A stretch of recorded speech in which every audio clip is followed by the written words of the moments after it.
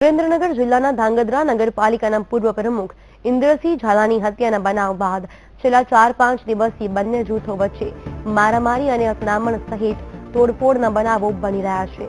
ત્યારે ઇન્દ્રસિંહના બેસણા દરમિયાન ધાંગધ્રા અને હળવદમાં જૂથ અથડામણના બનાવો બન્યા હતા, જેમાં 2 વ્યક્તિના મોત નીપજ્યા છે અને 4 થી 5 લોકોને ઈજા પહોંચી સારવાર અર્થે હોસ્પિટલમાં તેમને ખસેડવામાં આવ્યા છે। ઇન્દ્રસિંહનું ધાંગધ્રા ખાતે બેસણું રાખવામાં આવ્યું હતું, જે દરમિયાન કચ્છ, ભુજ અને સૌરાષ્ટ્ર તરફથી બેસણામાં આવતા લોકો પર હળવદ નજીક અને સોલડી પાસે મારામારી અને પથ્થરમારાના બનાવો બન્યા હતા, જેમાં બંને જૂથના લોકો સામસામે આવી જતા હળવદના ગોલાસણ ગામના રાણાભાઈ બાબુભાઈ ભરવાડનું ફાયરિંગમાં માથામાં ગોળી વાગવાથી મોત નીપજ્યું હતું, જ્યારે સોલડી પાસે પણ બંને જૂથો વચ્ચે અથડામણમાં 2 વ્યક્તિને ઈજાઓ પહોંચી હતી, જેમાં સારવાર દરમિયાન સોલડીના રાણાભાઈ કમાભાઈ ભરવાડનું મોત નીપજ્યું હતું। ધાંગધ્રા તેમજ સુરેન્દ્રનગર ખાતે આ બનાવને પગલે ચુસ્ત પોલીસ બંદોબસ્ત ગોઠવી દેવાયો છે, તેમજ ડીએસપી, ડીવાયએસપી, એસઆરપી સહિતનો પોલીસ કાફલો તૈનાત કરી દેવાયો છે। જ્યારે આ બનાવ બાદ જિલ્લા કલેક્ટર ઉદિત અગ્રવાલ દ્વારા લોકોને શાંતિ જાળવવાની અપીલ કરવામાં આવી છે।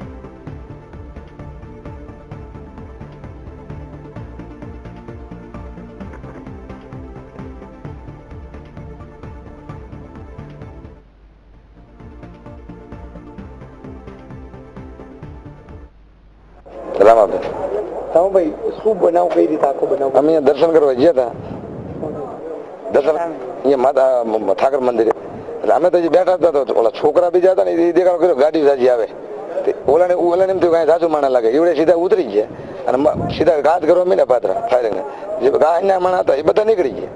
અમે અમારો આ જણ દોડી નાખે એવો નહોતો એટલે ઉભો રહી ગયો, એની માં સીધું ફાયરિંગ થયું એટલે પડી ગયો એટલે અમે ભાગી ગયા હતા, પડી ગયો પછી લેવાઈ ગયા પછી અમને ખ્યાલ નથી કોણ કોણ હતા, કેટલા લોકો અમે એ લોકો કેટલા લોકો? એ તો ઘણા હતા, એ તો ઘણા એમ નતા। નામ કોઈના કોઈ અમે નામ શા કોઈ બાપા અમે કોઈ જોવા નથી રહ્યા ના ના। હવે તમે પોલીસ ફરિયાદ નોંધાવી છે તો શું ફરિયાદમાં ખાસ નોંધાવી શું કીધું?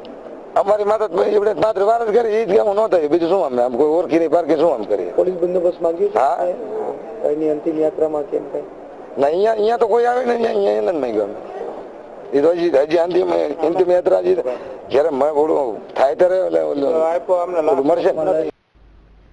તો ધાંગધ્રામાં પણ હાલ માહોલ શાંત છે, પરિસ્થિતિ કાબુમાં છે।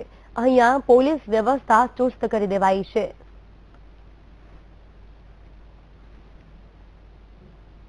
જે બેસણાનો કાર્યક્રમ હતો, શ્રી ઇન્દ્રસિંહ ઝાલાના બેસણાના કાર્યક્રમ બાબતે જે કેટલાક લોકો આવી રહ્યા હતા અને એના કારણે હળવદ ખાતે જે અણબનાવ બન્યો અને એના પ્રત્યાઘાત સ્વરૂપે ધાંગધ્રાના સોલડી ગામ ખાતે પણ એક અણબનાવ બન્યો।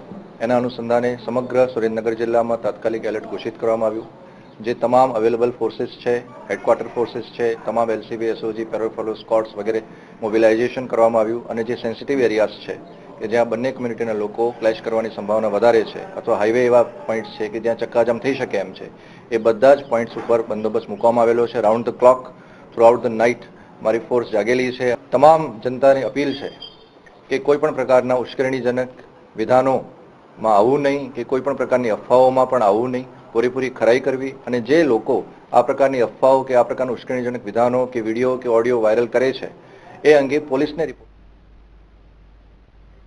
તો જે રીતે અથડામણનો મામલો બન્યો હતો ત્યારબાદ હાલ તો અજંપાભરી શાંતિનો માહોલ છે। આ જ મામલે સંવાદદાતા નરેન્દ્ર રાઠોડ જોડાઈ ગયા છે।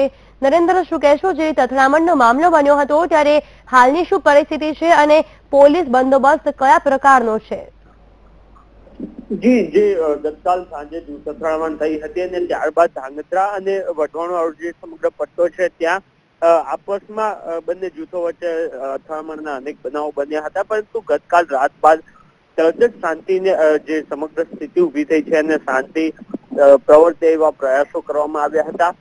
3 આઈજી રેન્જના જે અધિકારીઓ છે તેમને અહીંયા ચાર્જ સોંપવામાં આવ્યો છે સુરેન્દ્રનગર, હળવદ અને ધાંગધ્રામાં।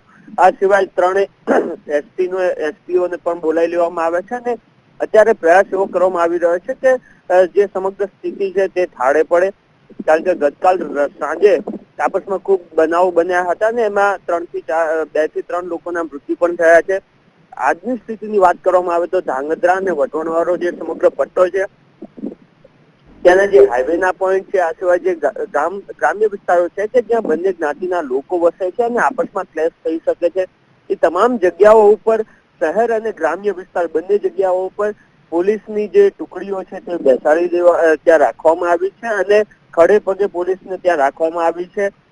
SRPની 2 ટુકડીઓ ધાંગધ્રામાં, 1 ટુકડી સુરેન્દ્રનગર અને અન્ય 2 થી 3 ટુકડીઓ હળવદમાં ગોઠવી દેવામાં આવી છે. એટલે તમામ જગ્યાઓ પર પોલીસની પહેરેદારી કરી દેવામાં આવી છે અને બંને જ્ઞાતિના જે લોકો છે એને સમજાવવાનો પ્રયાસ કરવામાં આવી રહ્યો છે કે શાંતિ જાળવવામાં આવે. ધાંગધ્રાના બજારો જરૂરથી અત્યાર સુધી મતલબ 10 થી 11 વાગ્યા સુધી બંધ રહ્યા હતા, પરંતુ ધીરે ધીરે વરસાદ પણ ઓછો થતો અને શાંતિ નોર્મલ જે સમગ્ર સ્થિતિ બનતા તરત જ ધીરે ધીરે બજારો ખોલવાનું પણ ધીરે ધીરે શરૂ થયું છે. એટલે ઓલરેડી માહોલ શાંત બની ગયો છે. એસપીની વાત માનવામાં આવે તો થોડી જ વારમાં તમામ સ્થિતિ થાળે પડી જશે. બિલકુલ નરેન્દ્ર, આભાર તમામ જાણકારી બદલ.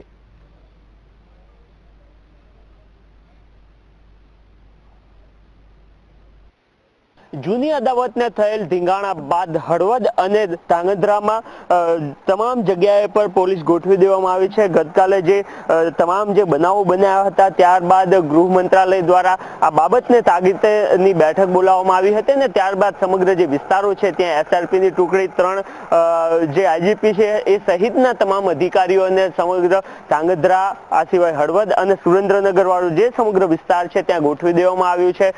ખાસ અત્યારે ધાંગધ્રાની વાત કરવામાં આવે તો ત્યાં અહીંયા 2 SRPની ટુકડી, આ સિવાય SP અને એ સિવાય IGPની સીધી સૂચનાથી જ તમામ કામગીરી થઈ રહી છે. તમામ વિસ્તારો અને તમામ જે નાકાઓ છે ત્યાં બંદૂકધારી જે પોલીસ જવાનો છે તેમને ગોઠવી દેવામાં આવ્યા છે. આ સિવાય કોઈ પણ રીતનો અનિચ્છનીય બનાવ ના બને તે માટે સતત અહીંયાના જે સ્થાનિક આગેવાનોથી લઈને તમામ લોકો સાથે પોલીસ સંપર્કમાં છે અને એ સિવાય જે ઇન્ટરનેટ છે એ પણ બંધ કરી દેવામાં આવ્યું છે કે જેનાથી ખોટા મેસેજ લોકો સુધી ના જાય અને લોકોનું જે આક્રમક વલણ છે એ ના થઈ શકે. એટલે તમામ તૈયારીઓ કરવામાં આવી છે. આ સિવાય તંત્રને ખડે પગે રાખવામાં આવ્યું છે. લોકો પણ અહીંયા બહાર ઓછા નીકળી રહ્યા છે અને જે ઓલમોસ્ટ બંધ હોવાનું ધાંગધ્રા અત્યારે જોવા મળી રહ્યું છે. કેમેરામેન નરેશ બુટિયા સાથે નરેન્દ્ર રાઠોડ, VTV ધાંગધ્રા.